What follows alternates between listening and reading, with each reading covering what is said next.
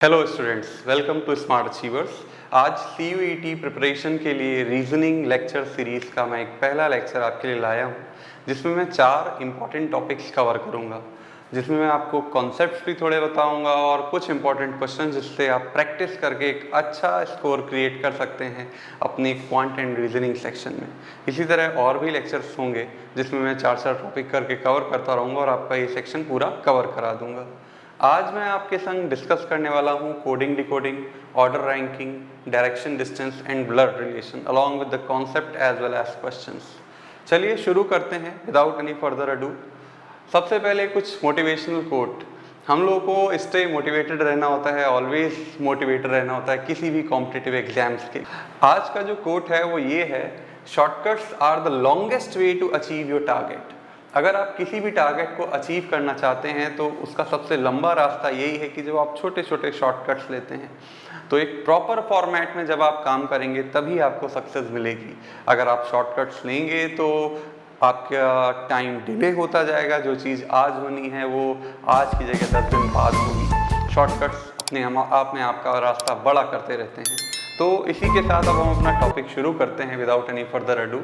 सबसे पहला टॉपिक है कोडिंग डिकोडिंग।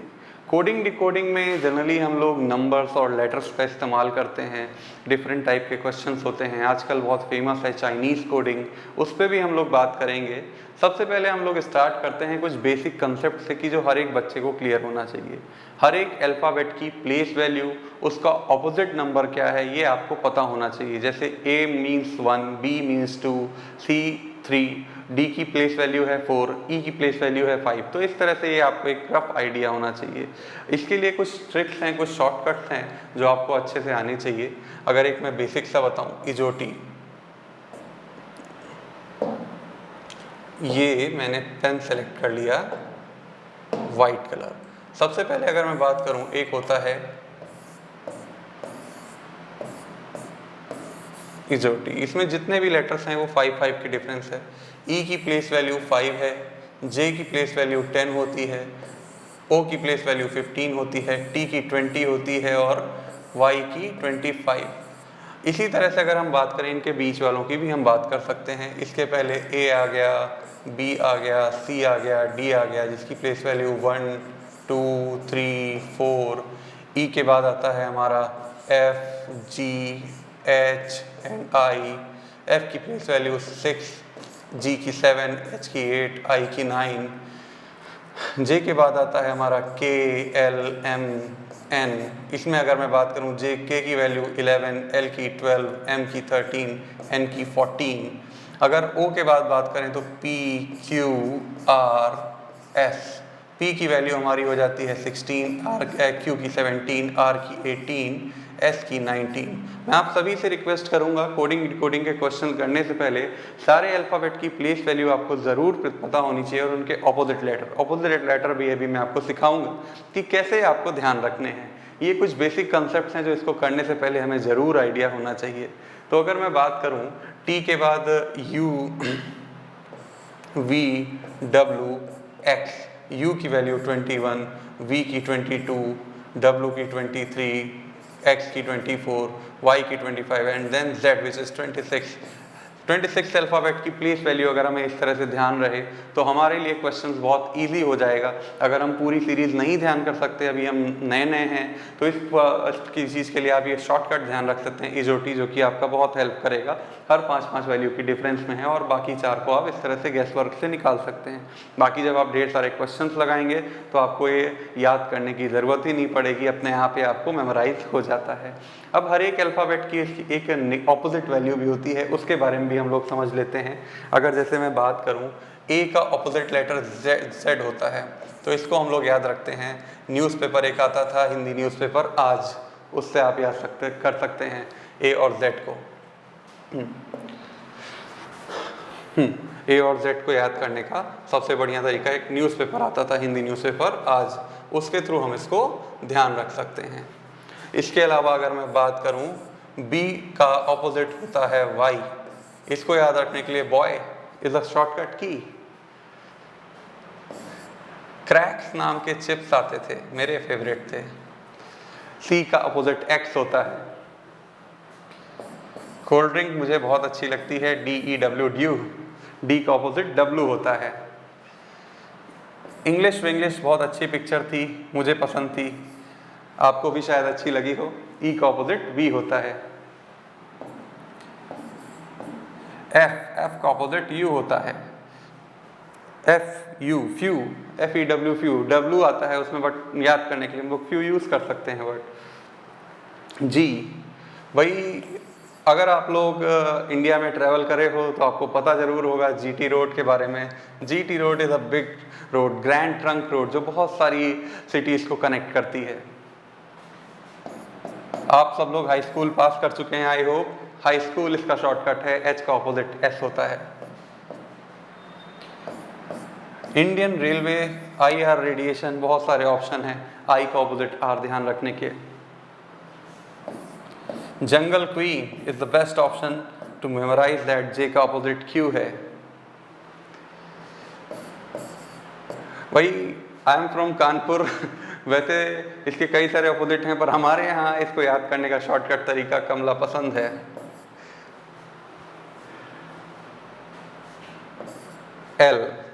L का हम लोग जानते हैं LOW लो, L का ऑपोजिट O होता है, यहाँ पे W साइलेंट होता है। अगर मैं बात करूँ M के बाद कुछ बचता ही नहीं है, M का तो सिर्फ N ही रहता है, मन, आप ध्यान रख सकते हैं, ठीक है। यहाँ तक आई होप ये आपको ऑपोजिट लेटर और प्लेस वैल्यू का कंसेप्ट क्लियर होगा। ये आपको आना बहुत ज़रूरी है क्योंकि कोडिंग डिकोडिंग की बहुत सारे क्वेश्चंस में ये चीज़ें यूज़ होती हैं। अगर आप चाहें तो इसका स्क्रीनशॉट भी ले सकते हैं, आपको ध्यान रखने के लिए। मैं साइड हो जाता हूँ, आई होप आपने स्क्रीनशॉट ले लिया होगा। अब मैं आपके सामने कुछ क्वेश्चंस रखूँगा। मेरी रिक्वेस्ट है आपसे कि आप वीडियो को पॉज करें, उस क्वेश्चन को 5 सेकेंड में करने की कोशिश करें और फिर उसके बाद यहाँ पे सॉल्यूशन देखें कि कैसे करना है। मुझे पता है रीजनिंग के क्वेश्चंस ऐसे होते हैं कि आप सभी लोग कर लेंगे, बट कैसे कम समय में करना है ये मैं सिखाने आपको आया हूँ। चलिए स्टार्ट करते हैं। अगर मैं अपने पहले क्वेश्चन पे आता हूँ, if light is called morning, morning is called dark, dark is called night, night is called sunshine, sunshine is called dusk, when do we sleep? We sleep in night. Night is called what? Night is called what? Night is called sunshine. When do we sleep? During sunshine. इस type के questions में हमें inter relation दिया जाता है। किसी word को हम क्या बोल रहे हैं इसके बारे में बता दिया जाता है। जैसे हमें बताया light is called morning, morning is called dark, dark is called night. When do we sleep? We sleep in night। और नाइट को क्या कहते हैं यहाँ पे? Sunshine. So we sleep in sunshine according to this question। I hope ये चीज़ आपको बहुत इजीली क्लियर हो गई होगी। इसी के नीचे मैंने एक और क्वेश्चन लिखा है, custom is written as UCT something like that, how will pattern is written at? अगर मैं कस्टम जो है यहाँ पे लिख देता हूँ CUSTOM, उसके नीचे मैं ये दूसरा वर्ड लिख देता हूँ जिसको लिखा है UCTSMO। बहुत क्लियर रिलेशन हमें यहाँ दिख रहा है। रिलेशन यहाँ पे बहुत ज़्यादा एग्जैक्टली क्लियर दिख रहा है। प्लेस वैल्यू चेंज कर दी गई है क्रिस क्रॉस मेथड में। तो इस तरह से भी चेंजेस होते हैं। तो चलिए हमारा फिर जो ऑप्शन है, हमारा जो क्वेश्चन है उसके बारे में अगर मैं बात करूं तो हमें पेरेंट का लिखना है। कोड क्या होगा? PARENT, नथिंग, बहुत सिंपल है। जस्ट इसको इधर करना है, इसको इधर करना है, इसको इधर करना है। ऐसा करने से हमें जो वैल्यू मिलेगी, हमें जो कोड मिलेगा वो आ जाएगा APERTN।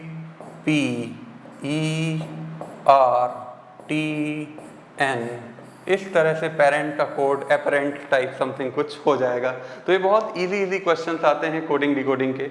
चलिए कुछ और क्वेश्चंस करते हैं इसी पे। अगला क्वेश्चन है, in a certain code language gust is coded as $7.2, snip is coded at $F59 how. ये समथिंग इज टोटली डिफरेंट, ये कुछ पूरी तरह से डिफरेंट है। जस्ट थोड़ा चेक करते हैं कुछ कॉमन है। I think there is something common. S यहाँ पे भी है, S यहाँ पे भी है। S की प्लेस वैल्यू 3 है गस्ट में। I will just show you. S की प्लेस वैल्यू यहाँ पे थर्ड नंबर पे है और थर्ड नंबर पे कोड में डॉलर है। सिमिलरली एस की प्लेस वैल्यू यहाँ फर्स्ट नंबर पे है और यहाँ फर्स्ट नंबर पे डॉलर है। दैट मीन्स ये जो वर्ड्स दिए गए हैं इनके रिस्पेक्टिव पोजीशन पे जो भी कोड लिखा है, जो भी चीज़ लिखी है वो उसका कोड है। दैट मीन्स अगर यहाँ पे लिखा है गस्ट GUST और उसका कोड हमें दिया गया है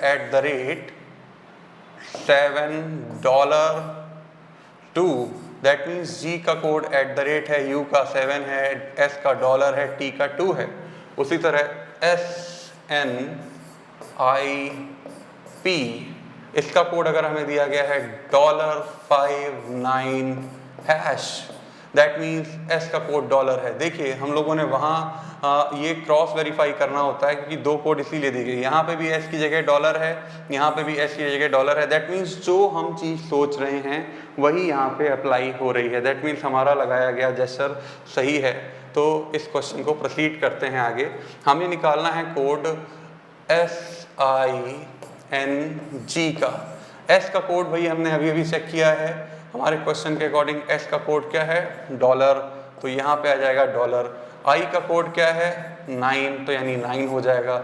N का कोड क्या है 5, यानी यहाँ पे 5 हो जाएगा। G का कोड क्या है @ that means this is our answer, this is the code. आपके सामने 4 ऑप्शंस दिए होंगे, आप इस तरह से कर सकते हैं। बट समटाइम्स आजकल एग्जामिनर्स कंफ्यूज करने के लिए भी कुछ चीज़ें करते हैं।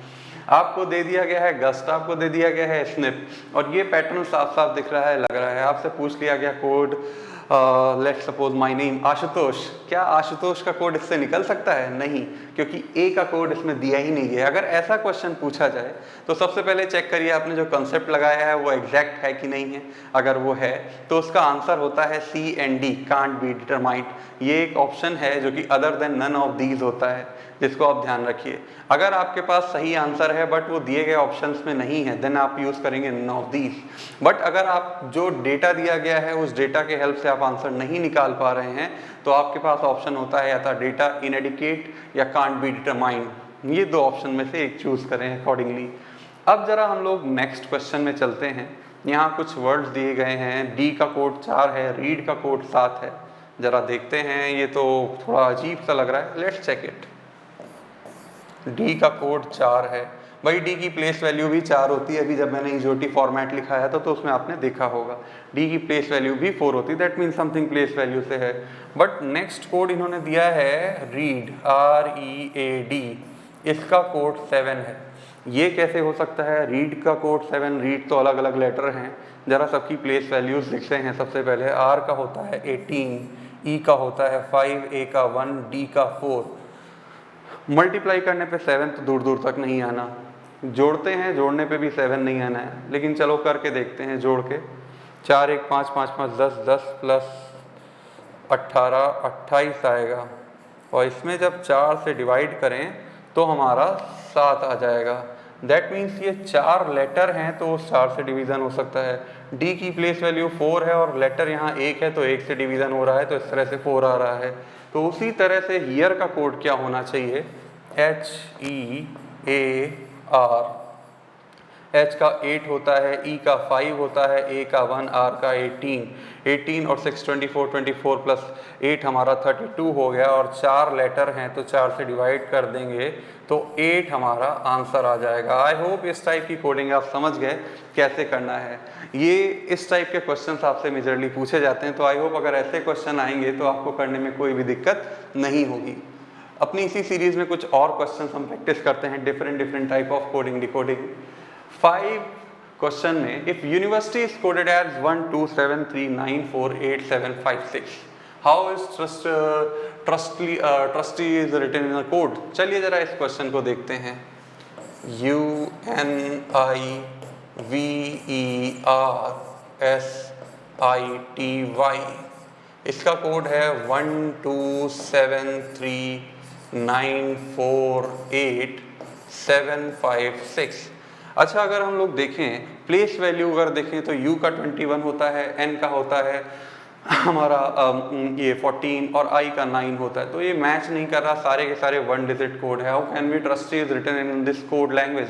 अच्छा, जो ट्रस्टी वर्ड है वो सारे के सारे यूनिवर्सिटी के वर्ड से लिया गया कोड है। दैट मीन्स जो ये वर्ड नंबर लिखा है ये ही इसका कोड है, ये ही इसका कोड है, यानी E का कोड 9, R का कोड 4, S का 8, I का 7, T का है और Y का 6।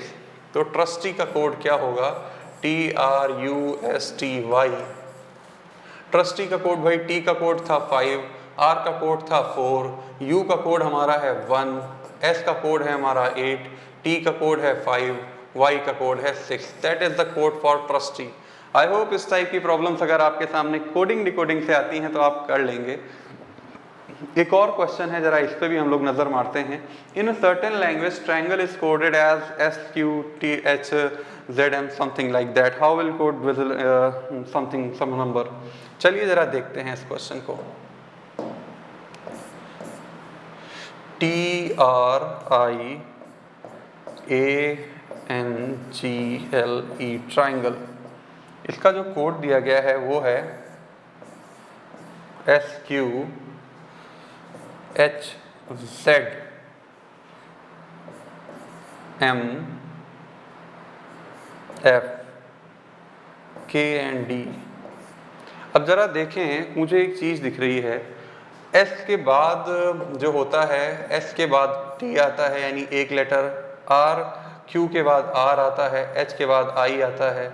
यानी हम ये कह सकते हैं सीधे सीधे T से अगर -1 करें तो हमारा सीधे सीधे अगर हम माइनस करते जा रहे हैं, अगर हम इस चीज़ को इस तरह से लिखें, एक एक लेटर कम हो, पीछे का लेटर हम लिख रहे हैं यहाँ पे। तो यानी कि यहाँ पे -1 किया तो ये आया, R के पहले Q आता है, इसके पहले I के पहले H आता है, A के पहले तो भाई Z आएगा, N के पहले M आएगा, G के पहले F आता है, L के पहले ये आता है, D के पहले E आता है। तो बड़ा सिंपल है, हमें इसके एक स्टेप पहले वाला लेटर लिखना है, SQHZMFKD। भाई D के पहले C आएगा, K के पहले J आएगा, F के पहले क्या आ जाएगा? F होता है हमारा 6 नंबर के पहले आता है E 5 नंबर। M के पहले हमारा आ जाएगा JKLM, L आएगा। Z के पहले हमारा क्या आ जाएगा? Z के पहले Y आएगा, G आएगा, H के पहले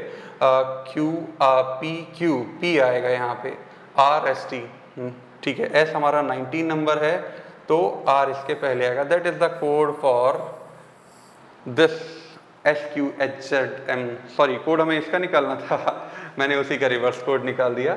नो इशू, हम इसको भी सॉल्व कर लेंगे, बहुत इजी है ये भी। ये जितने भी क्वेश्चन हैं, मेरी रिक्वेस्ट है आप लोग मेरे करने से पहले एक बार स्क्रीन को पॉज करें और खुद से ट्राई करें, तब आपकी बेटर प्रैक्टिस होगी और फिर बाद में इनके पीछे का कॉन्सेप्ट देखें। आई होप ये क्वेश्चन बहुत ही सरल लेवल के हैं, बट ये इनिशियल है, इसलिए मैं ऐसे छोटे क्वेश्चन लाया हूँ। अभी जैसे जैसे आपकी प्रैक्टिस होती जाएगी तो हम लोग बड़े बड़े क्वेश्चन भी करते रहेंगे।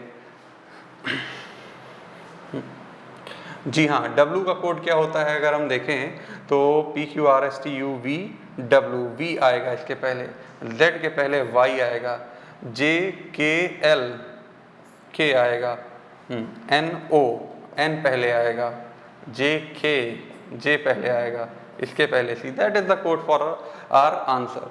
हमारे क्वेश्चन का आंसर ये होगा। अगले क्वेश्चन की ओर मूव करते हैं। यहाँ पे हमें कुछ डायरेक्शन दी गई हैं, study the following direction and answer the questions given below. इसमें क्वेश्चंस मैंने नहीं लिखे, क्वेश्चंस मैं आपको बताऊंगा। ये चाइनीज कोडिंग का फॉर्मेट है जिसे हम लोग अभी तक बात कर रहे थे। इसमें क्वेश्चन कुछ इस तरह से दिखता है। आप लोग एक काम करें, इस क्वेश्चन का स्क्रीनशॉट ले लें, मैं हट जाता हूँ।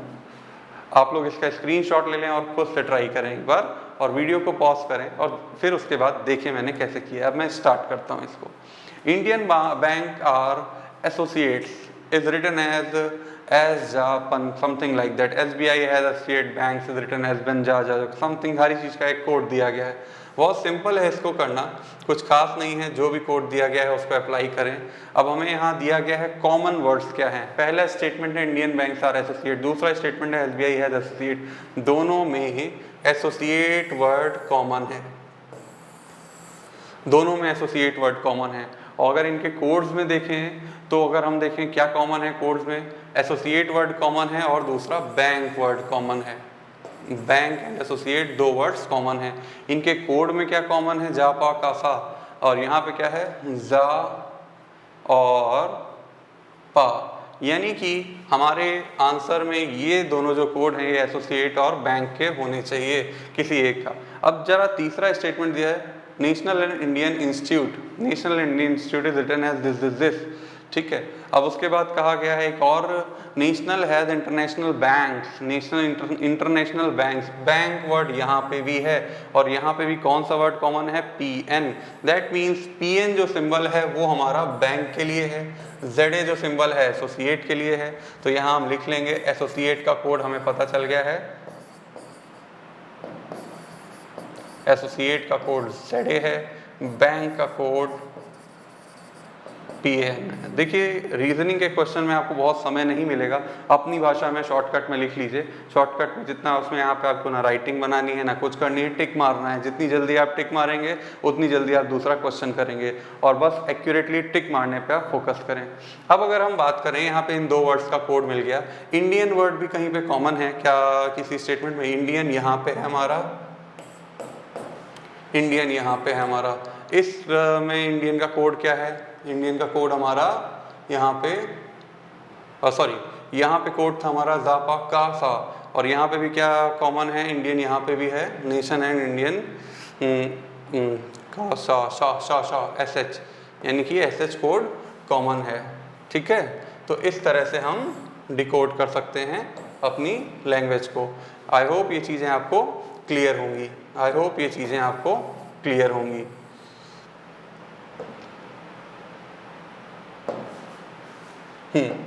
इसको कैसे करना है, ये बहुत इजी फॉर्मेट है। इंडियन का कोड हमारा आ गया, इंडियन का कोड हमारा क्या आ गया, शाह SH। इसी तरह से हम बाकी वर्ड्स के भी कोड निकालेंगे। फिर हमसे कुछ चीज़ें पूछी जाती हैं, जैसे हमसे पूछ सकते हैं कि बताइए भाई नेशनल का कोड क्या है, तो यहाँ पे हम नेशनल देखेंगे, इन दोनों टर्म में कॉमन है, उस तरह से नेशनल का कोड। एसोसिएट का कोड पूछा जाएगा, एसोसिएट का कोड बता सकते हैं। बैंक का कोड पूछा जाए, बैंक का कोड बता सकते हैं। तो इस तरह से हम एक कोडिंग डिकोडिंग के क्वेश्चंस को, चाइनीज़ कोडिंग को भी इस तरह से बहुत ईजिली कर सकते हैं बहुत कम टाइम में। आप पहले अपने क्वेश्चंस देख लें चाइनीज़ कोडिंग में और फिर उस हिसाब से कोड्स निकालें, तो आपके लिए ज़्यादा ईजी होगा आंसर जल्दी निकालना, क्योंकि हमें सबके कोड नहीं निकालने हैं, जो हमसे पूछा गया हम उसका निकाल के अपने अगले क्वेश्चन पे आगे बढ़ें ताकि हम अपना टाइम सेव कर पाएँ। चलिए नेक्स्ट क्वेश्चन पे चलते हैं। अब हमारा टॉपिक है, मैंने कहा था मैं 4 टॉपिक कवर करूंगा, तो उसी सीरीज में ये दूसरा टॉपिक है कोडिंग डिकोडिंग के बाद, जिसका नाम है ऑर्डर एंड रैंकिंग।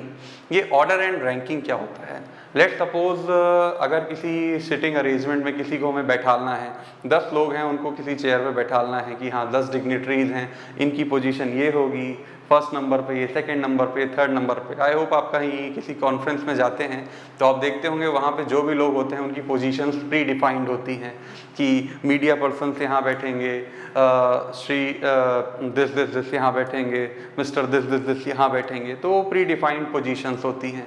तो उनकी उस पर्टिकुलर पोजीशनिंग में, अरेंजमेंट में क्या रैंकिंग है, कितने लोग हैं टोटल, इनको निकालने के लिए कुछ रीजनिंग के कॉन्सेप्ट्स हैं जो मैं आपके संग शेयर करूँगा। हमें जनरली दिया क्या रहता है कि एक पर्सन है, एक सीटिंग अरेंजमेंट है जिसमें टोटल पर्सन T हैं और कोई पर्टिकुलर बंदा है, मान लेते हैं एक लोग 10 लोगों की एक रो बैठी है, उस टोटल रो में 10 पीपल्स हैं, किसी बंदे की रैंक 5 है, यानी वो लेफ्ट से 5वें नंबर पे, लेट सपोज लेफ्ट से 5वें नंबर पे है, तो हमें राइट से उसकी रैंकिंग पता करनी होगी। अगर वो लेफ्ट से 5वें नंबर है यानी उसके पीछे 4 बैठे हैं और 5वें नंबर पे तो उसके राइट साइड में 4 बैठे हैं, दैट मीन्स उसका नंबर तो छठा हुआ, तो राइट से वो 6th रैंक पे होगी। अगर लॉजिकली अगर हम इस तरह से छोटे से क्वेश्चन से रिलेटेड करें, तो अगर हमें राइट से रैंक निकालनी है और हमें लेफ्ट से रैंक दी गई है, तो हमें क्या करना है, हमें टोटल में से माइनस करना है और 1 जोड़ना है। ये 1 प्लस क्यों करते हैं, लोगों का क्वेश्चन ये होता है। जब हम अपनी लेफ्ट की रैंकिंग माइनस करते हैं तो हम उस पर्सन को भी माइनस कर देते हैं, यानी उसने खुद को भी माइनस कर लिया, जबकि अपनी रैंकिंग निकालनी तो खुद को तो जोड़ना पड़ेगा ना। तो इसलिए +1 करते हैं। यही एक छोटा सा फॉर्मूला है जिसको हमें ध्यान रखना होता है। टोटल निकालना है तो टोटल के लिए भी भाई क्या करेंगे, किसी पर्सन की, सेम पर्सन की लेफ्ट से रैंक और राइट से रैंक।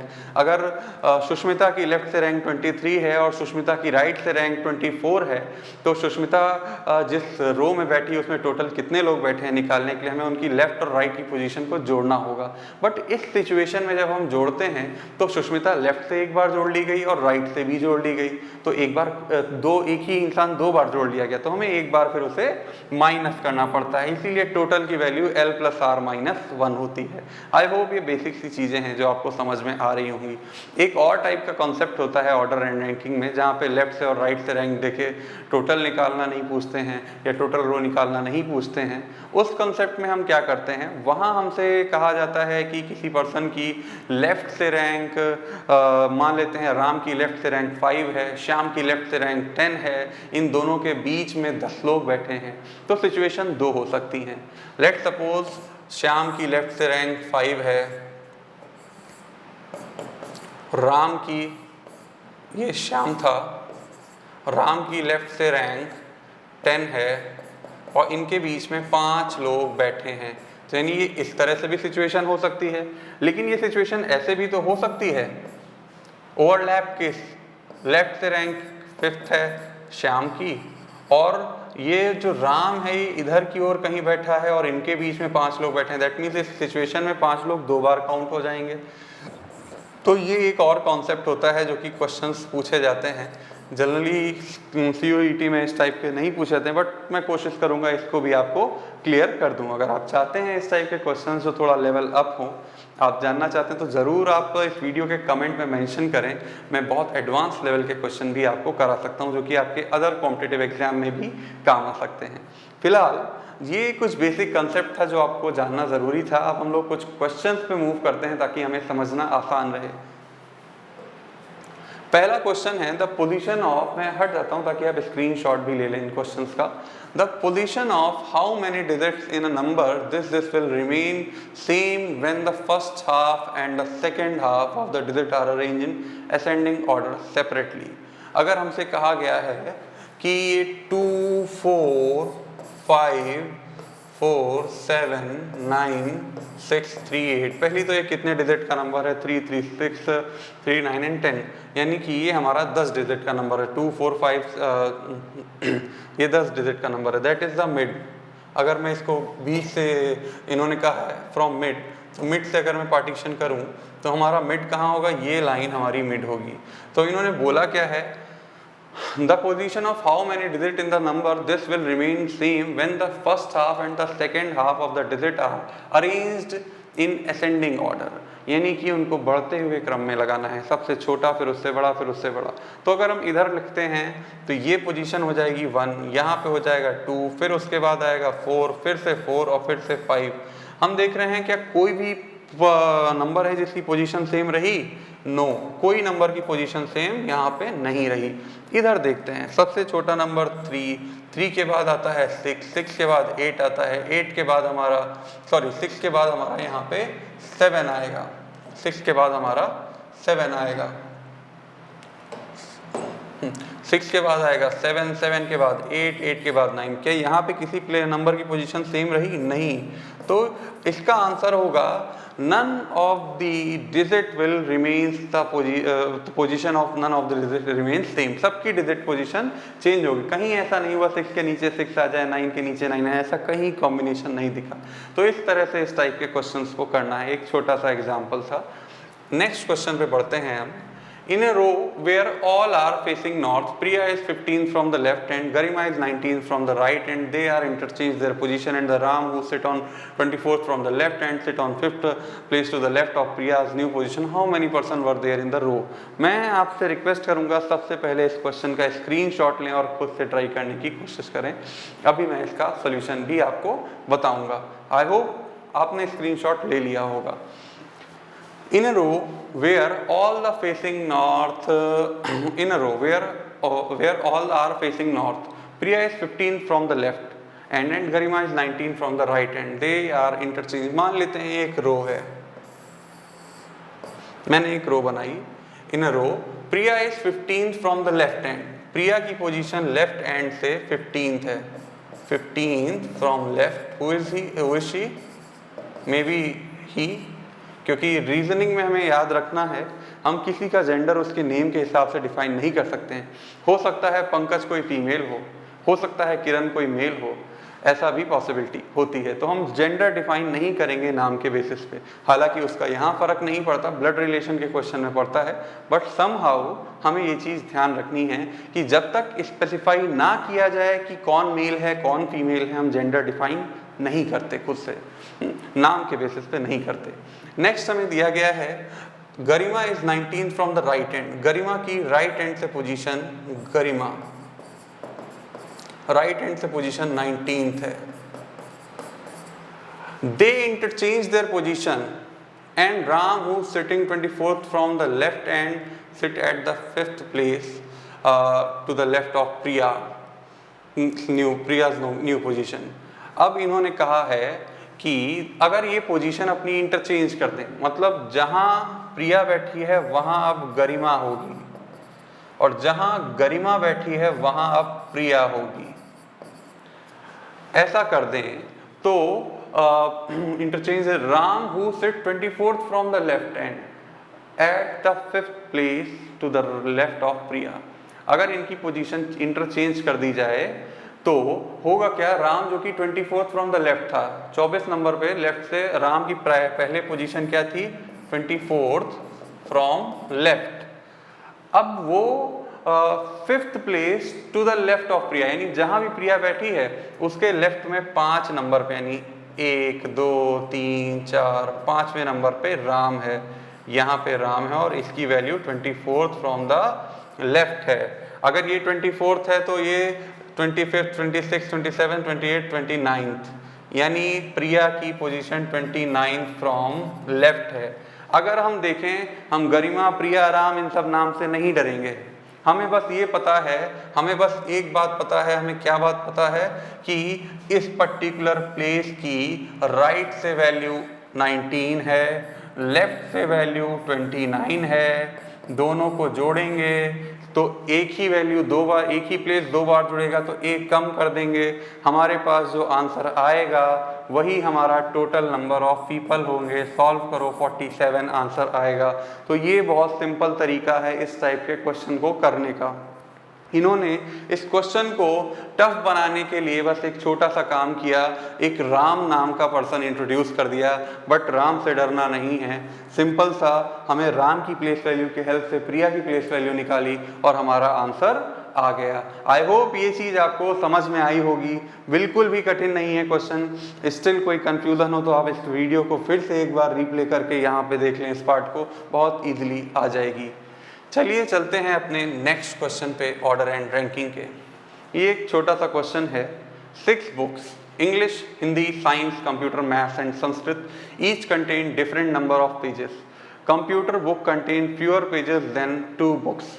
अब हमें यहाँ पे 6 किताबें दी हैं। अगर मैं इनिशियल्स ले लूँ, इंग्लिश की बुक को ई से मेंशन कर दूँ, हिंदी को एच से लिख दूँ, साइंस को एस से लिख दूँ, कंप्यूटर को सी से लिख दूँ, मैथ को एम से लिख दूँ और संस्कृत को हम एस ए से लिख देते हैं ताकि साइंस और संस्कृत में मिक्स एंड मैच ना हो।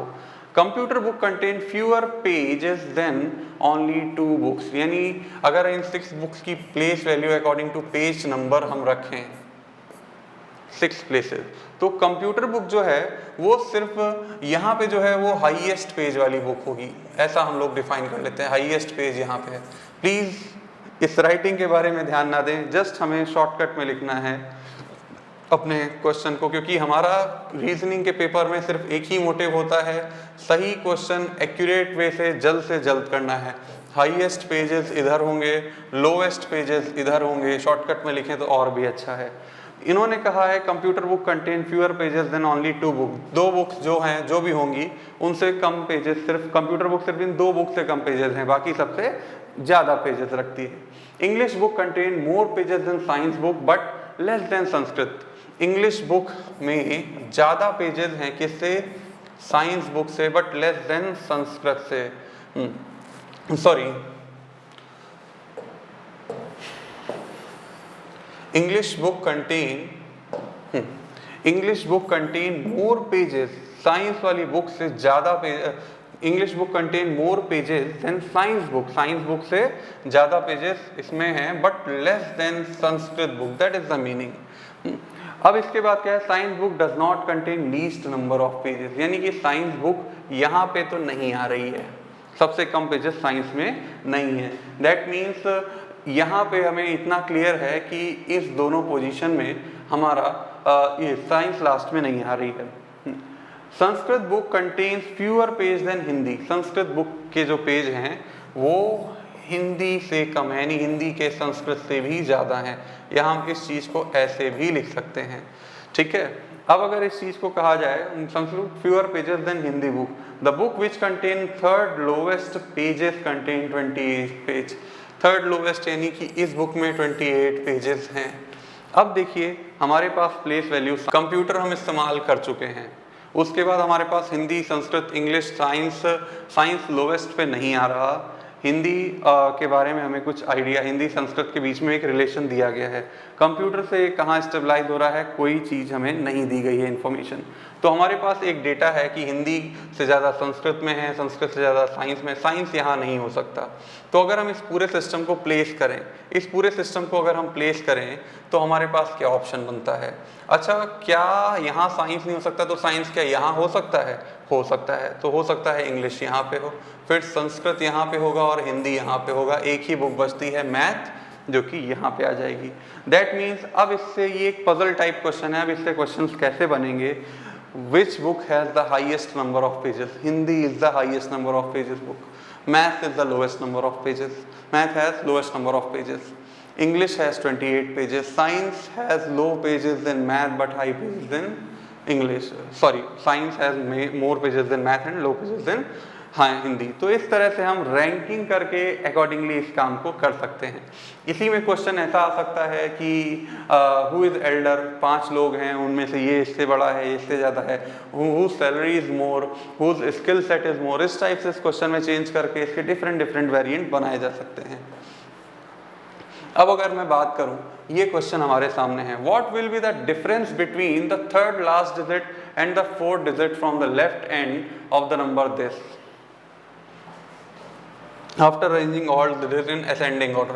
भाई क्वेश्चन हमेशा पूरा पढ़ें, क्या पता सारा करने के बाद पता चले एक लाइन जो हमने छोड़ दी थी उसी में सब कुछ लिखा है। After arranging all it's digit in ascending order, सबको बढ़ते हुए क्रम में लगाना है, यानी छोटे से बड़ा। तो पहले इसको करो, 1 2 3 4 7 8 9, ये हमारा सीक्वेंस आ गया। अब आगे क्या बोला है, what is the difference between the third last digit यानी कि 7 and the fourth digit from the left end of the number, left end of the number, ये लेफ्ट एंड है, यहाँ से फोर्थ डिजिट ये है, इन दोनों का डिफरेंस क्या आएगा, 3 आएगा। This is the answer. इस तरह के क्वेश्चन भी आ सकते हैं जो कि आपको नॉलेज होनी चाहिए। चलिए अगले क्वेश्चन पे चलते हैं। In a class there are 36 very tall boys, these constitute 3/4 of the boys। Total class में 36 बॉयज हैं, 36 टॉल बॉय हैं, और ये जितने भी बॉयज हैं, लेट्स सपोज टोटल बॉयज अगर x हैं तो x का 3/4 करें तो हमें नंबर ऑफ बॉयज मिल जाएगा। तो यहाँ से अगर हम देखें तो simple x is 48, that means class में टोटल 48 बॉयज हैं, ये डेटा हमें मिल गया। The total number boys is 2/3 of the total number of student. Total number of boys यानी जो x है, अगर मान लेते हैं टोटल स्टूडेंट y है तो टोटल स्टूडेंट का 2/3 निकालें तो नंबर ऑफ बॉयज आएगा, यानी 48 is equal to 2/3 of y, 24, y is equal to 24 into 3 which is 72। हमारा आंसर आ गया। Total number of student is 72। Total number of girls निकालना है, दैट मीन्स अगर 2/3 की वैल्यू 48 है तो 1/3 की वैल्यू हमारी कितनी हो जाएगी, 1/3 की इसमें से माइनस कर देंगे, 24 आ जाएगा। अच्छा, एक और तरीका भी है, टोटल स्टूडेंट्स हम निकाल चुके हैं 72, उसमें बॉयज़ माइनस कर देंगे तो हमारी गर्ल्स आ जाएंगी। आई होप ये क्वेश्चन आपको आ गया होगा, बहुत इजी और सिंपल सा सवाल था ये। अपने नेक्स्ट क्वेश्चन पे अब हम चलते हैं। During assembly, the students are standing in a line. Salman Khan is 21st in order from both the end. अगर मैं बात करूं ड्यूरिंग असेंबली, एक असेंबली है, असेंबली लाइन लगी है, Salman Khan is 21st in order from both the end, यानी कि सलमान खान नाम के जो बच्चे हैं वो 21st हैं लेफ्ट से भी और 21st रैंक रखते हैं राइट से, चाहे लेफ्ट से काउंट करें या राइट से. How many boys are there in the class? That is very easy question. Left plus right minus 1 which is 41 answer. I hope इस टाइप के क्वेश्चन अगर एग्जाम में आते हैं तो मोस्ट प्रॉब्ली आप विदाउट पेन पेपर के भी इसको करना सीख चुके होंगे. आई होप अगर यहाँ तक चीज़ें आ रही हैं तो चैनल को सब्सक्राइब करना ना भूलें और लाइक प्रेस करना बिल्कुल भी मत भूलें. Priyanka Chopra rank 17th in a class of 49 students. What is her rank from the last? अब भाई हमें रैंक दी गई है 40, प्रियंका चोपड़ा की 17, ऊपर से 17वीं रैंक है, 17th फ्रॉम द टॉप.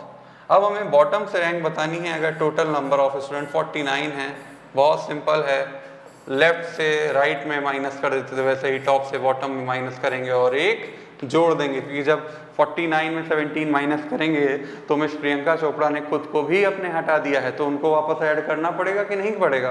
बस वही मैंने किया है. तो यहाँ जैसे ही हम करेंगे तो हमारा आंसर आ जाएगा 33. आई होप ये चीज़ें आपको एकदम अच्छे से क्लियर हो रही होंगी, समझ में आ रही होंगी.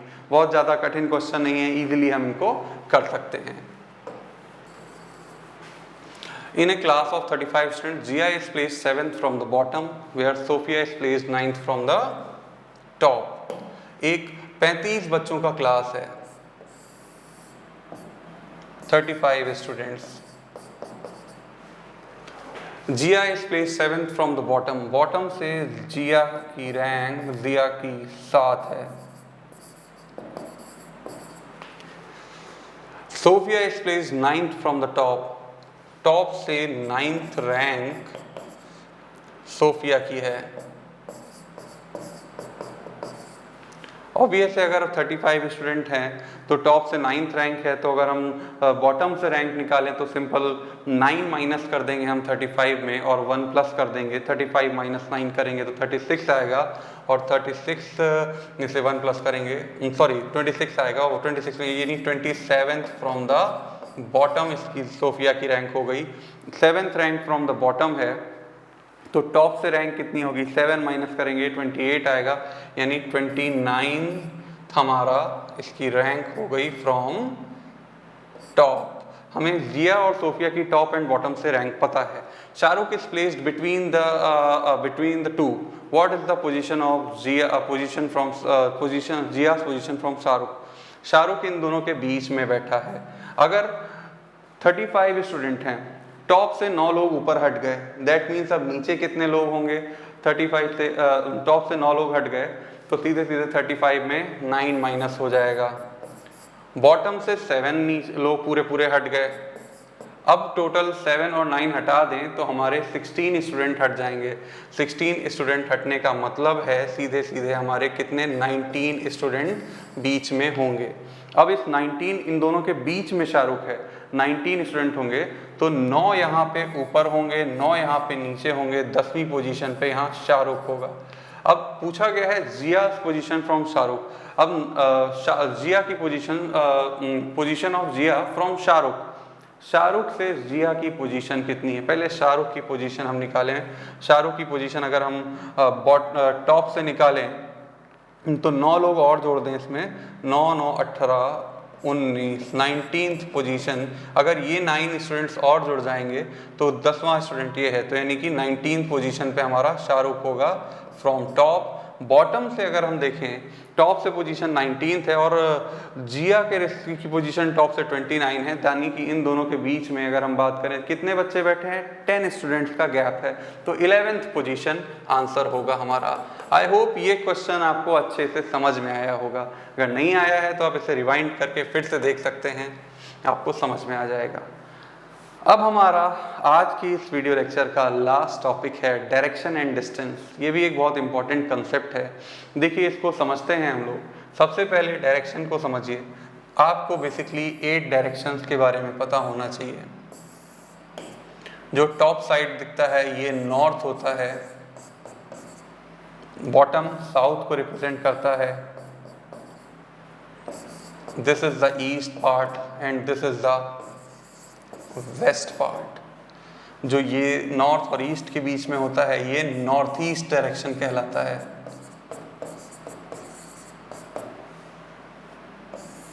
This is north and west, north waste.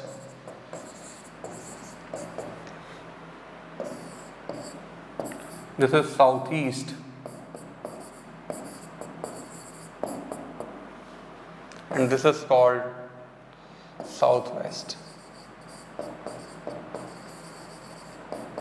कई लोग का ये क्वेश्चन रहता है, सर नॉर्थ ईस्ट को ईस्ट नॉर्थ या साउथ वेस्ट को वेस्ट साउथ लिख सकते हैं? नहीं लिख सकते, नहीं लिख सकते, उसमें एक डिफरेंस होता है। लेट सपोज किसी पर्टिकुलर पर्सन की पोजीशन है यहाँ पे जो ईस्ट से 30 डिग्री बना रहा है, बीच में 90 का एंगल होता है। अगर ये ईस्ट से 30 है दैट मीन्स नॉर्थ से 60 होगा, तो नॉर्थ ईस्ट लिख रहे हैं अगर हम 5 kilometre north east eight 30 degree, that means ये चीज़ सिंबलाइज कर रहा है कि ईस्ट से 30 डिग्री है। अगर हमने इसकी जगह ईस्ट नॉर्थ लिख दिया तो उसका मीनिंग बन जाता है कि उसका नॉर्थ से 30 डिग्री है, जो कि एक गलत डायरेक्शन आप दे देंगे। इसीलिए नॉर्थ ईस्ट और east north is a different, north west and west north is a different thing, south west and south west south is a different thing. तो ये चीज़ ध्यान रखें, दैट इज सेंट्रल।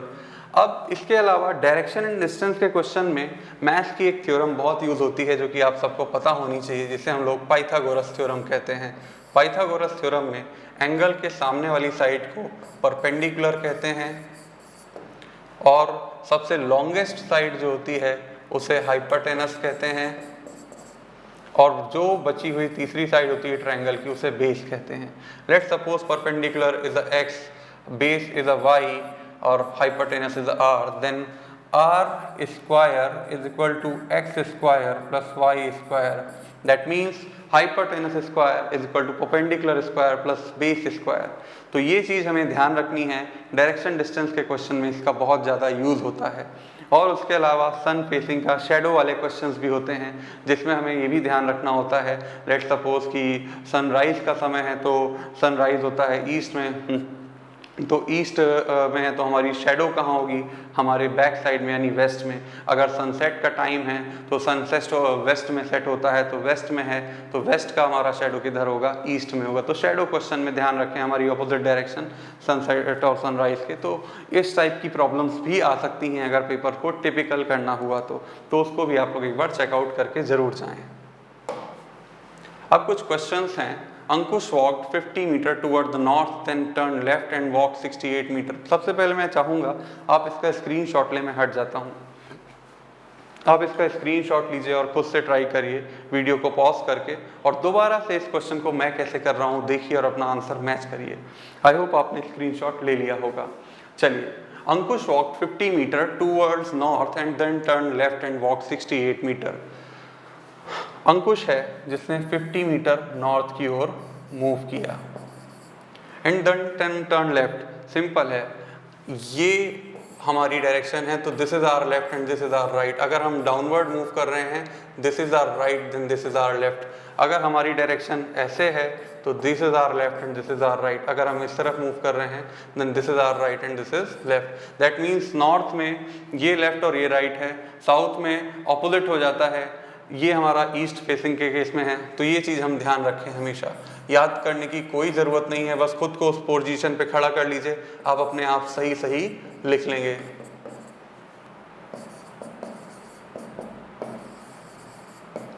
सबसे पहले Ankush walk 50 metre toward north and then turn left and walk 68 metre.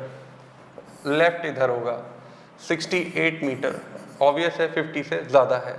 He then turned to the south and walked 22 meter. 22 meter that means कहीं बीच में होगा. This is 22. And walked 22 meter and he took the left turn. Let's suppose अभी मैंने बताया, अब वो south direction में है तो लेफ्ट उसका ये वाला साइड ऑपोजिट, यानी कि अब इधर मूव करेगा। एंड वॉक 44 मीटर, 68 से कम कोई वैल्यू 44 है।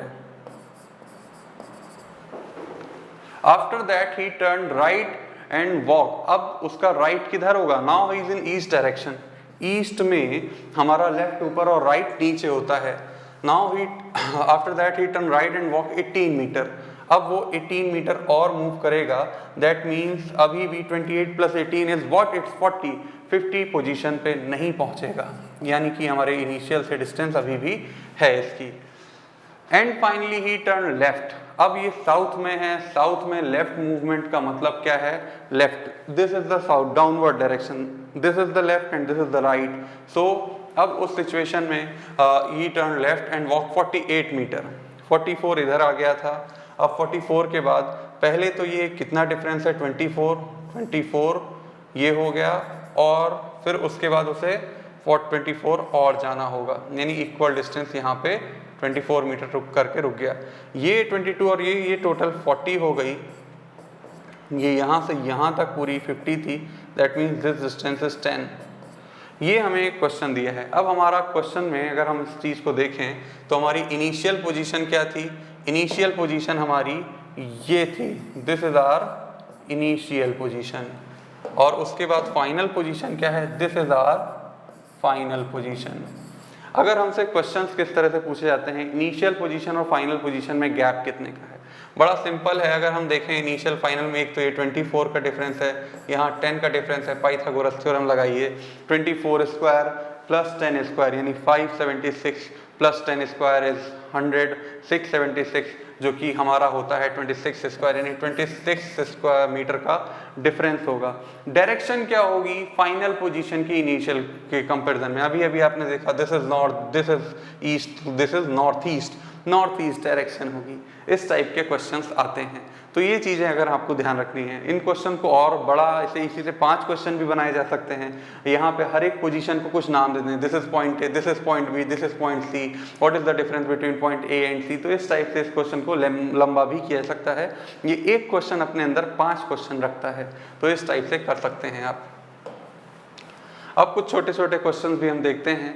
If you are facing north east and move 10 metre forward and turn left. North east हमें मूव करना है, दैट मीन्स हम ऐसे जाएंगे 10 metre and move forward turn left. अब नॉर्थ ईस्ट पे कोई खड़ा है तो उसका लेफ्ट ऊपर होगा। Turn left and move 7.5 metre, then you are. अगर हम बात करें यहाँ पे ये नॉर्थ था, ये ईस्ट था, दिस इज नॉर्थ ईस्ट। यहाँ पे सेम चीज बनाए तो ये हमारा नॉर्थ अभी भी ऊपर रहेगा, ये हमारा वेस्ट रहेगा। Now we are in north west. I hope ये चीज आपको समझ में आई होगी। इस तरह से क्वेश्चन में डायरेक्शन निकालने को पूछता है, या इन्होंने कोई कैलकुलेशन नहीं पूछी, जस्ट ये जानना चाह रहे थे what is our direction. I hope ये आपको समझ में आ गया होगा। One day, Ravi left home and cycled 10 meters southwards, then turned right and cycled 5 kilometers, turned right and cycled 10 meters again, and turned left and cycled 10 kilometers again. How many kilometers he have to move cycle to reach his home straight? एक बार इस question का आप screenshot ले लें, फिर मैं आपको इसके सॉल्व करके बताता हूँ। बहुत सारे लेफ्ट राइट कर रहा है ये, जरा देखते हैं कैसे इस टाइप के क्वेश्चंस को करते हैं। आई होप आपने स्क्रीनशॉट ले लिया होगा। One day Ravi left home and cycle 10 kilometre southward. Ravi एक दिन घर से निकला और 10 किलोमीटर साउथवर्ड स्टार्ट किया। This is initial position. अब उसके बाद and cycle turn southward, turn right and cycle 5। अब उसके बाद साउथ में है, साउथ में this is left and this is right. So अब राइट मूव करा और 5 किलोमीटर चला गया। थोड़ा सा इसको छोटा करते हैं क्योंकि 10 से बड़ा 5 नहीं होता फिलहाल। 5 किलोमीटर चला गया and turn right and cycle 10 kilometre. अब वो इसकी पोजीशन यहाँ पे है, इस डायरेक्शन में, वेस्ट में। वेस्ट में downward is left, upward is right. तो फिर से 10 किलोमीटर चला गया, यहाँ पे पहुंच गया साइकिलिंग करके। And cycle 10 kilometre and turn left and cycle 10 kilometre. sorry, right and cycle 5 and then turn right and cycle 10 kilometre and turn left and cycle 10। अब यहाँ पे जाने के बाद, यहाँ पहुँचने के बाद वो फिर से लेफ्ट मूव करा, यानी एक 10 किलोमीटर और चलेगा, एक 10 किलोमीटर और चलेगा। This is the final position, इस तरीके से पहुँच जाएगा। If what will if Ravi cycled straight, that means ये हमारा देखो 10-10 सेम पोजीशन, तो हमें कितना चलना पड़ेगा, 10 + 5 15 किलोमीटर अगर रवि स्ट्रेट जाए, बिकॉज दिस इज 5 नीचे लिखा है, तो 15 किलोमीटर स्ट्रेट अगर ट्रेवल करे रवि तो सीधे अपने स्कूल पहुंच सकता है, जहां भी वो जा रहा था, घर जा रहा था तो घर पहुंच सकता है। तो रवि को ये पाथ यूज करना चाहिए, तो इससे वो इजीली पहुंच सकता है। नेक्स्ट क्वेश्चन करते हैं। Kunal walk 10 kilometre towards north, from there he walk 6 kilometre towards south.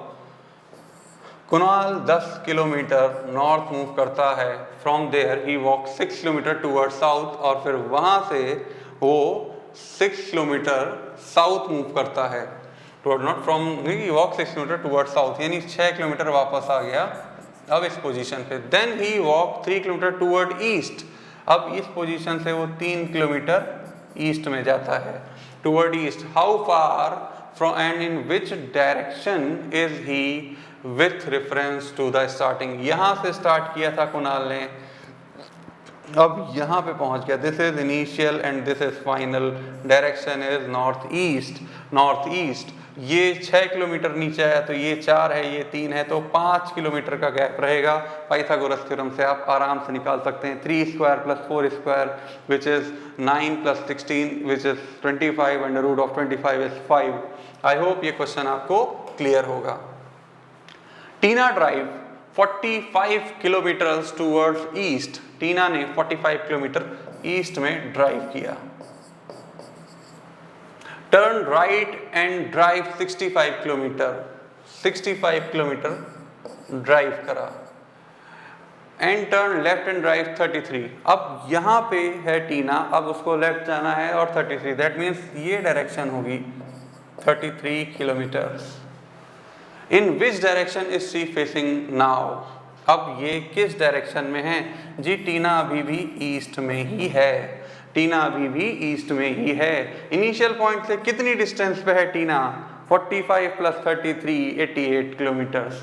I hope ये चीज आपको समझ में आ गई होगी।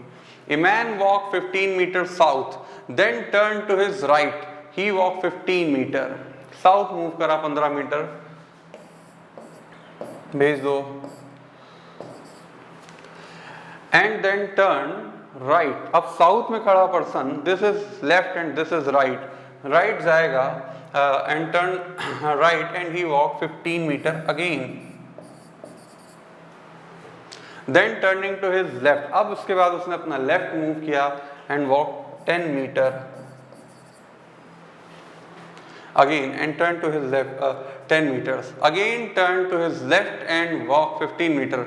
अब अपना लेफ्ट जाएगा साउथ से, यानी कि वापस इस पोजीशन पे आ जाएगा, ठीक है।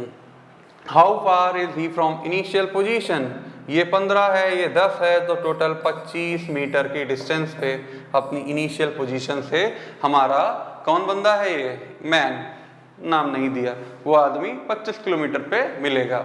आई होप ये चीज आपको आ रही होगी। एक छोटा सा सवाल आपके सामने है।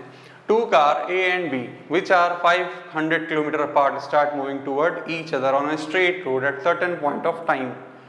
चलिए पहले तो आप इस क्वेश्चन का स्क्रीनशॉट ले लीजिए, इस स्क्रीनशॉट में मुझे भी शामिल कर लीजिए क्योंकि आधी स्लाइड पे है। आई होप आपने स्क्रीनशॉट ले लिया होगा। Two cars A and B, which are 500 km apart, start moving toward each other on a straight road. दो कार हैं, एक दूसरे की ओर मूव कर रही हैं, A एंड B, एक ये A है, एक ये B है, एक दूसरे की ओर मूव कर रही हैं, करने दो भाई, ठीक है। The speed of car is 57 kilometre per hour and the speed of car B is 40 kilometre per hour. After first hour, car A which is moving from west to east, west to east. I hope हम लोगों ने जाने अनजाने में सही बना दिया, मैंने नहीं पढ़ा था वेस्ट टू ईस्ट, बस it is west to east, moving west to east. After 1 hour, वही 57 किलोमीटर पर आवर की स्पीड से चलने के बाद 1 घंटे में कार कहाँ होगी हमारी, 57 किलोमीटर डिस्टेंस पे। After first hour A moving from west, 157 kilometre कहाँ से, फर्स्ट आवर, 1 घंटे में, क्योंकि 57 किलोमीटर पर आवर है, यानी 1 घंटे में 57 चलेगी, इस हिसाब से 57 kilometre. A moving from west to east and take a left turn and run for 40 minutes. अब यहाँ पे आने के बाद कार ने लेफ्ट टर्न लिया। लेफ्ट टर्न लेने का मतलब क्या है, वेस्ट से ईस्ट जाने पे हम ऊपर की ओर बढ़ेंगे, नॉर्थ की ओर बढ़ेंगे फॉर 40 मिनट्स। 57 की स्पीड से 40 मिनट बढ़ने का मतलब क्या है, टोटल टाइम होता है 60 मिनट, यानी 2/3 ऑफ डिस्टेंस कवर की होगी 57 का, यानी जो कितना मूवमेंट हो गया, अभी मैं कैलकुलेशन नहीं लिखूंगा, 57 whole 2/3 metre kilometre movement car left side में ए चली गई। अब इसके बाद क्या कहा गया है, A which is after first hour A which is moving west to east take a left turn and run for 40 minutes and reaches a point K, यानी इस पॉइंट का नाम है के। अच्छी बात है। Where the other car which was moving from east to west, east to west, keep running on the road till 1.5 hour and take left turn. इसने 1.5 घंटे तक चला, 1 घंटे में 40, बचे आधे घंटे में 20, तो टोटल इसने डिस्टेंस कितनी कवर करी, 60 kilometre. Run after half an hour after hour and then take left turn, run for half an hour and reach point L. अब इसने लेफ्ट टर्न लिया, अब इधर जा रहा है, लेफ्ट इसका डाउनवर्ड होगा, और आधे घंटे चली है तो कैलकुलेशन सिंपल, 20 किलोमीटर चली और एल पॉइंट पे पहुंच गई। What is the difference between the vertical and horizontal distance between the 2 point K and M. Vertical and horizontal distance, अगर हम बात करें के और एल के वर्टिकल डिस्टेंस कितनी होगी, यानी कि 57 इंटू में 2/3, ऐसे ही vertical distance, this is called vertical distance. अगर मैं मान लूँ के ठीक नीचे L है, तो ये 20 और ये, यानी इन दोनों का सम है, ये इनका वर्टिकल डिस्टेंस है। सॉल्व कर लेते हैं, 19 टाइम्स जाएगा, this is 38, 38 plus 20, this is 58, 58 kilometre is vertical distance. Horizontal distance is this gap. Total distance हमें दिया गया था 500 अपार्ट हैं, 57 ये चली आई, ये 60 चली आई, तो हमारी टोटल कार 117 चली गई। 117 जब हम 500 में घटाते हैं तो 383, यानी 383 हमारा आंसर होगा इनकी हॉरिजॉन्टल डिस्टेंस का। आई होप ये क्वेश्चन आपको अच्छे से आया होगा, कोई दिक्कत नहीं होगी। मैं चाहूँगा कि आप इसका स्क्रीनशॉट ले लें और इस टाइप के क्वेश्चंस और भी प्रैक्टिस करें। चलिए नेक्स्ट क्वेश्चन पे चलते हैं। Point G is 30 metre to the east of point B, which is 20 metre to the north of point A. Point G is 30 metre to the east of point B. Point G जो है वो 30 metre to the east of point B. Point B के 30 metre east में point G है। 20 which is a point G 30 meter east of point B which is 20 meter to the north of point A के 20 metre north में point B है। Point F is 16 metre to the west of point E। कोई point F है वो point E के 16 metre waste में है। अभी हमें इनका कनेक्शन नहीं पता तो इसको अलग से बनाते हैं। Point H is 12 metre to the south of point F। F के साउथ में 12 मीटर में H है। Point E is 10 metre to the south of point G। E जो है वो G के 10 मीटर साउथ में है, यानी कि ये अगर हम कनेक्ट करें तो ये 10 मीटर पे E आ जाएगा। E से ये डायग्राम कनेक्ट होगा, F 16 मीटर और फिर H हमारा जो है 12 यानी A से थोड़ा सा नीचे H यहाँ कहीं आ जाएगा, ये 12 मीटर, यानी इस एडिशनल डायग्राम की नीड अब हमारी फिनिश हुई है, कनेक्ट हो गया।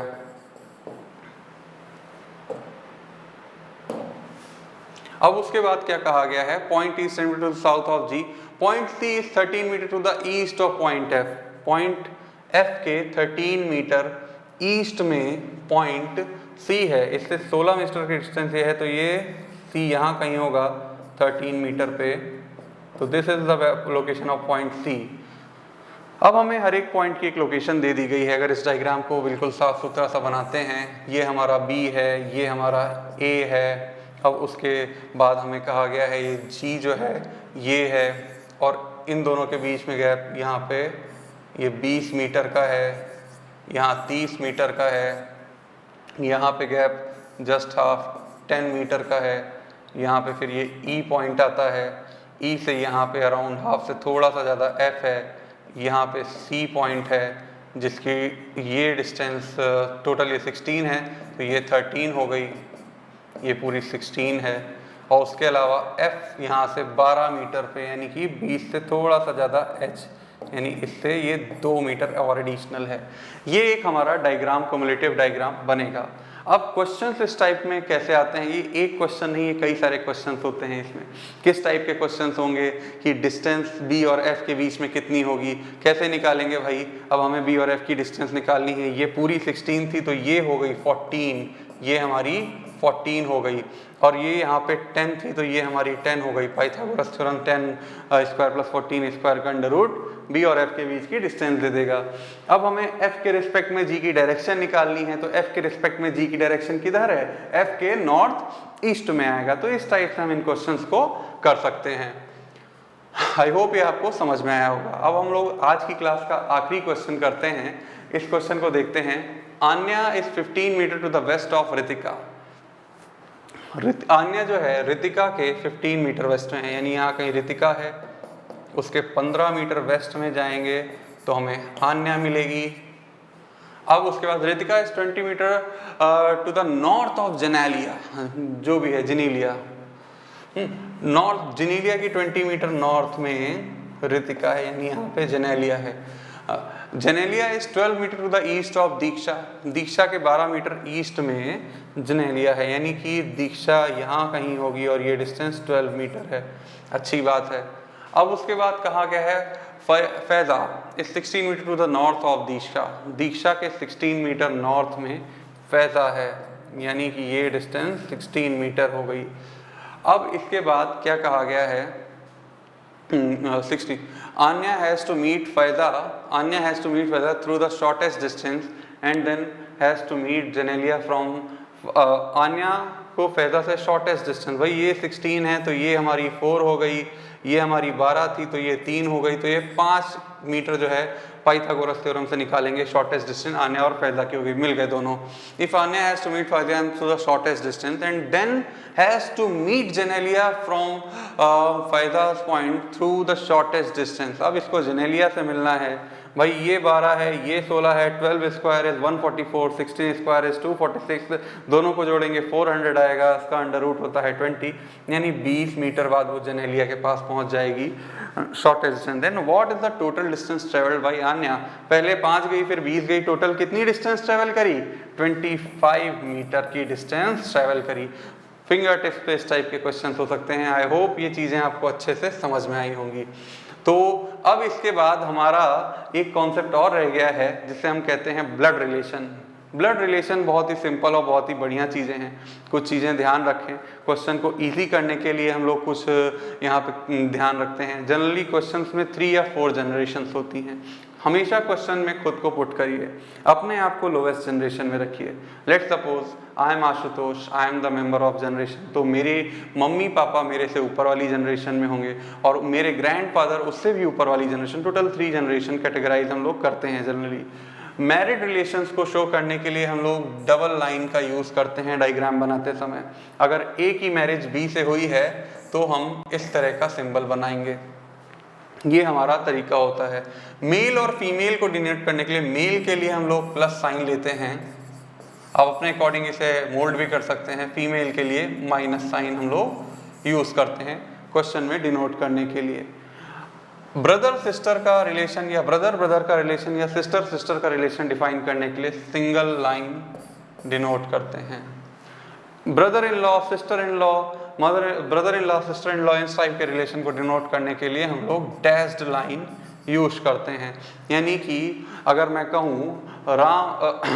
कहूँ कि Chintu Prasad is my brother in law, that means हम लोग के बीच में एक डैश्ड लाइन से हम रिप्रेजेंट करेंगे। आई होप ये चीज़ आपको क्लियर हो रही होगी। ये एक बेसिक चीज़ें हैं, और जब जनरेशन डाउनवर्ड जाते हैं तो डाउनवर्ड एरो होता है। Let suppose A is father of B, तो इसको हम इस तरह से डिनोट करेंगे, ठीक है। और अगर हमसे कहा जाए जी इज ग्रैंडफादर ऑफ बी, तो एक गैप छोड़ के ये ग्रैंडफादर का इस तरह से डिनोशन होता है। ये कुछ बेसिक कॉन्सेप्ट है ब्लड रिलेशन का जो हमें ध्यान में रखना चाहिए। चलिए कुछ क्वेश्चन करते हैं जो बेसिकली पूछे जाते हैं इसमें। सबसे पहले, looking at a picture of a boy, Hemant said his mother is the wife of the father of my father's son, brothers and sisters I have none at all. At whose picture was Hemant looking? Looking at picture of a boy, एक लड़के की photo की ओर देख के हेमंत कहता है, हेमंत की जगह खुद को रखिए। Looking at a picture of a boy, Ashutosh said, Ashutosh ने बोला, his mother, उस बच्चे की मम्मी है, is the wife of my father's son, मेरे पिताजी के बेटे की वाइफ है। उस लड़के हेमंत ने कहा उसकी जो माँ है, उस बच्चे की जो माँ है, उस बच्चे की यानी कि उस जो हेमंत की जो फोटो देख रहा है जिस बच्चे की जो मदर हैं, is the wife of my father son, मेरे बेटे की मेरे पिताजी के बेटे की वाइफ हैं, ठीक है। I brother of my father son, brothers and sister I have none, उसके ना कोई भाई है ना बहन है। यानी कि जिस भी बच्चे को वो फोटो में देख रहा था, मान लेते हैं मैं आशुतोष हूँ, मैंने कहा ये जो लड़का फोटो में दिख रहा है, इस बच्चे की जो माँ है वो मेरे पापा के बेटे की वाइफ है, और मेरा ना कोई भाई है ना कोई बहन है। दैट मीन्स वो जो लड़की है, जो माँ है उस बच्चे की, वो मेरी वाइफ हुई। तो वो लड़का जो फोटो में है वो क्या हुआ वो मेरा बेटा हुआ। तो सन इज द आंसर। इस तरह से अगर आप खुद से रिलेट करके करेंगे तो इसका आंसर निकालना बहुत इजी है। बस क्वेश्चन को काफी ध्यान से करें, नहीं तो रिश्ते तार तार हो जाते हैं ब्लड रिलेशन के क्वेश्चन में। When Anoop saw Sandeep, he recalled, Sandeep को देखा अनूप ने। लेट सपोज अनूप मैं हूं, कोई सामने संदीप है, उसको मैंने देखा।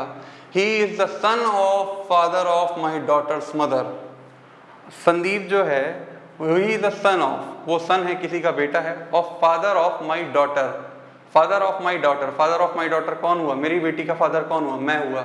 He is the son of father of my daughter's mother, he is the son of father of my daughter's mother, मेरी डॉटर की मदर का he is the son of father of my daughter's mother, वो मेरी बेटी की माँ का यानी मेरी वाइफ के फादर का बेटा है। That means brother in law हुआ कि नहीं हुआ संदीप अनूप का। आई होप इस तरह से कनेक्ट करेंगे तो आपको चीजें इजीली मिल जाएंगी। I hope this is the same question. J is father in law of Q, who is mother of R। देखो भाई, J जो है वो Q का फादर इन लॉ है, यानी कि Q का कोई बेटा होगा, उससे J ने शादी की है। J is father in law, father है तो प्लस साइन मैंने लगा दिया। Q is mother of Q, who is mother of R, यानी कि ये निगेटिव तो ऑब्वियस है, प्लस से शादी की होगी किसी मेल से, तो is mother of R, ये R की मदर है। P is the father-in-law of T, P जो है वो father-in-law of T, there are two married couples। अब इन्होंने कहा है P क्या है? father-in-law, P is father-in-law of T। हाँ, R हो गया, P is father-in-law of T, P is father-in-law of T, there are two married couples, total 5 members are there in a family, 3 ये 2 ये। अब अगर हमसे कहा गया P is father in law of T, T का जो फादर इन लॉ है, तो सिंपल है, अगर मैं देखूं मैरिड कपल कैसे बन सकते हैं, सिंपल है, इसका कोई हस्बैंड है तो ये P हो सकता है, और ये father in law of T हो तो दैट मीन्स इसकी शादी टी से हो जाए। तो ये एक सिनेरियो दिख सकता है और दो मैरिड कपल की कंडीशन भी सेटिस्फाई कर गई। अब लेकिन अगर मुझसे पूछा जाए who is mother of R, R की हमें जेंडर नहीं पता है, father in law of T, T और आर का हमें जेंडर नहीं पता, हमें ये पता है इनमें से एक मेल और एक फीमेल होगा, इसका आइडिया है, बट कौन सा मेल और कौन सा फीमेल होगा, ये भी मेल हो सकता है, फीमेल, कोई भी ऑप्शन है, ये भी मेल हो सकता है या फीमेल, दोनों में से कोई भी ऑप्शन है। अब अगर इस क्वेश्चन में क्या क्या आ सकता है, हमसे पूछा जा सकता है कि टोटल कितने मेल हैं इस सिचुएशन में, तो हमें पता है इन दोनों में से कोई एक ही मेल है, तो 1 2 3 3 मेल हो गए इस सिचुएशन में। फीमेल्स कितनी हैं, 1 और 2, 2 फीमेल हो गए। मैरिड कपल्स 2 हैं, इतना हमें पता है। कितने ग्रैंड चाइल्ड्स हैं, यहाँ पे टी और आर दोनों ही जे के ग्रैंड चाइल्ड्स हैं, ठीक है। तो इस तरह से हमसे क्वेश्चंस पूछे जा सकते हैं। What is the relation of R with J, R is the grandson of J, इस टाइप से क्वेश्चन पूछे जाएंगे तो हम आंसर कर सकते हैं। एक और ये छोटा सा सवाल है, इसका आप स्क्रीनशॉट लीजिए, फिर हम लोग इसको सॉल्व करते हैं। Mickey is brother in law of Akku who has 2 daughters but no son. Mickey जो है वो ब्रदर इन लॉ है अक्कू का, कोई ए है, उसका ब्रदर इन लॉ कौन है, मिक्की, मिक्की का जेंडर डिफाइंड है। Who has 2 daughters but no son, जो अक्कू है इसके 2 बेटियां हैं बट कोई भी सन जैसी चीज सन नहीं, ठीक है। Rinku is cousin of Quickie, R is cousin of Q and brother of R is cousin of Q and brother of Rinku, ठीक है। R जो है R is cousin of Q, Q ये Q जो है इसका cousin है और brother किसका है, Q and brother of Rinku। Rinku is cousin of Quinky and brother of Rinku। Rinku is cousin of Q and brother of ये दो रिक्कू, अच्छा रिक्कू और रिंकू दो नाम कंफ्यूजिंग हैं, ये रिंकू है और ये रिक्कू है, रिक और रेन कर देते हैं हम लोग। Vicky has 2 daughters and 1 son, 2 daughters और 1 son है विक्की के। हमें ये बता दिया कोई विक्की है, उसकी 2 daughters हैं और 1 बेटा है, ठीक है। You has only 1 son and 1 daughter, कोई यू है उसके सिर्फ 1 son है और 1 daughter है। Mickey is the only sibling of Vikku, Mickey जो है वो ओनली सिबलिंग है किसका किसका किसका किसका, Mickey is the only sibling of Vikku, यानी कि सिंपल है डब्लू से शादी होगी इसकी, क्योंकि ओनली अगर ये ब्रदर इन लॉ था इसका तो ओनली सिबलिंग यही डब्लू बनता है। Mickey is the only sibling of W, ठीक है। अब इसके बाद हमें क्या बोला गया है, हमारे सामने क्वेश्चन है नेक्स्ट, हाँ, T and S are daughters of जोहो, T and S are daughter of X, T और एस जो है वो एक्स की डॉटर है। दोनों D is also the member of the family of this family, D इसी फैमिली का मेंबर है। चलो देखते हैं कौन है क्या नहीं है, बहुत सारी चीजें हैं। D is also family of member. Rinku is granddaughter of Akku, Akku की ग्रैंड डॉटर रिंकू है।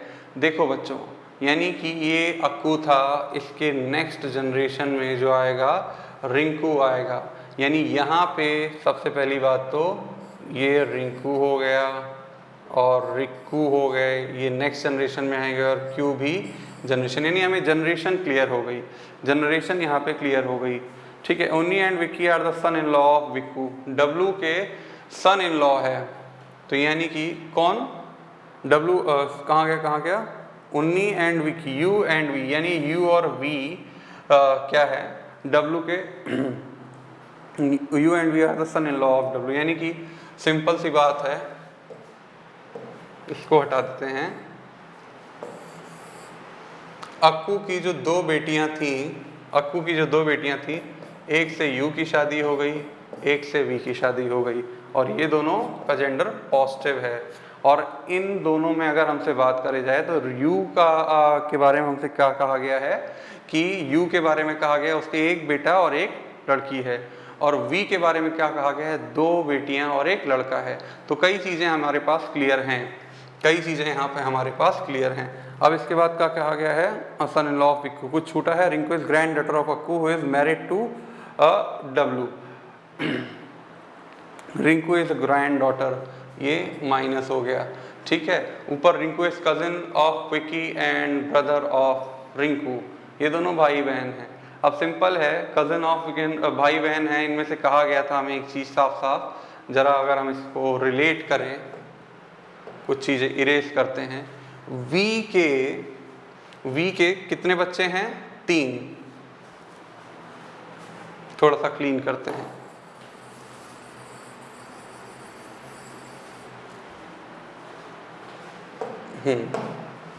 वी के 3 बच्चे हैं, 2 माइनस 1 प्लस, इसके 1 प्लस 1 माइनस। अब हमें कहा गया है कि Rinku is cousin of Q and brother of, Rinku is cousin of Q and brother of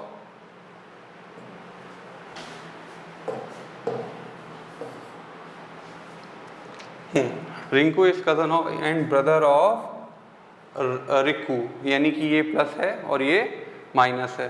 तो सिंपल सी बात है, इन तीनों में अगर हम डेमोन्स्ट्रेट करें तो ब्रदर वाली बात आ रही है, तो यहाँ पे हमें पता है कि ये सिचुएशन ऐसा हो सकता है कि जो हमारा Q हो वो यहाँ आ जाए या यहाँ आ जाए, और R, ये ओवरऑल हमें पता है इन सबके जेंडर्स के बारे में इतनी इन्फॉर्मेशन है कि हम इसको ऐसे लिख सकते हैं कि जो थर्ड जनरेशन के मेंबर्स हैं वो कुछ ऐसे होंगे कि Q इसका कज़न है, रिंकू जो कि पॉजिटिव है, और रिकू जो कि निगेटिव है, पॉजिटिव है नहीं पता। यानी कि हमें इस जनरेशन चार्ट से इतना आइडिया लग गया। और जिसमें X है, X के 2 बच्चे हैं, एक T और S नाम के 2 बच्चे हैं, इस बारे में पता है, दोनों डॉटर्स हैं। तो देखो क्वेश्चन थोड़ा और भी क्लियर कर देते हैं, यहाँ पे सारी चीज़ें एग्जैक्ट बैठ रही हैं, ठीक है। कहाँ गया, आ गया, इधर आ गया, ठीक है। क्वेश्चन थोड़ा और भी क्लियर कर देते हैं, अगर इसको हम रिलेट करते हैं। साफ साफ कहा गया है X के 2 बेटियां हैं। अब 2 बेटियां यहाँ हमारे पास किसके पास हैं, 2 बेटियां हमारे पास T हैं, यानी ये T हो गया, ये S हो गया और ये X हो गया। आई होप ये चीज़ समझ में आ रही होगी। Q जो है वो क्या, रिंकू, अब इसमें ब्रदर है, Q इज कज़न, Q हमारा कज़न, यानी ये Q होगा और ये हो जाएगी रिंक और ये हो जाएगा रिक्कू। इस तरह से इन सबका जेंडर भी डिफाइन हो गया, पूरी फैमिली ट्री भी कनेक्ट हो गया। D is a member of that family बोला गया था, तो ये पूरा फैमिली ट्री इस तरह से बनेगा। आई होप अभी तक का ये सबसे बड़ा और सबसे बढ़िया क्वेश्चन होगा। तो इस तरह से फैमिली ट्री बनेगा, इस टाइप के क्वेश्चन जब आएंगे और फिर उससे आपसे क्वेश्चन पूछे जाएंगे, कितने मेल हैं, कितने फीमेल हैं, किसका क्या रिलेशन है, तो इस तरह से कनेक्ट करके आपको बताना रहेगा। आई होप ये क्वेश्चन आपको समझ में आया होगा। अब हम नेक्स्ट क्वेश्चन पे चलते हैं। गर्व is a son of Sakshi, Heer is a father of मानू। आप इस टाइप के क्वेश्चंस ट्राई कर सकते हैं, मैंने कुछ क्वेश्चंस आपके प्रैक्टिस के लिए यहाँ पे दिए हैं, ये लास्ट क्वेश्चन आप ट्राई करिएगा। आई होप ये वीडियो आपको जो मैंने कंसेप्ट 4 बताए हैं, direction, distance, coding, decoding, blood relation और ऑर्डर एंड रैंकिंग, इस पर अच्छा लगा होगा। अगर अच्छा लगा है तो हमारे चैनल को सब्सक्राइब करना ना भूलें, हमारी वीडियो को लाइक करना ना भूलें। Thank you, this is Ashutosh Mishra signing off, thank you.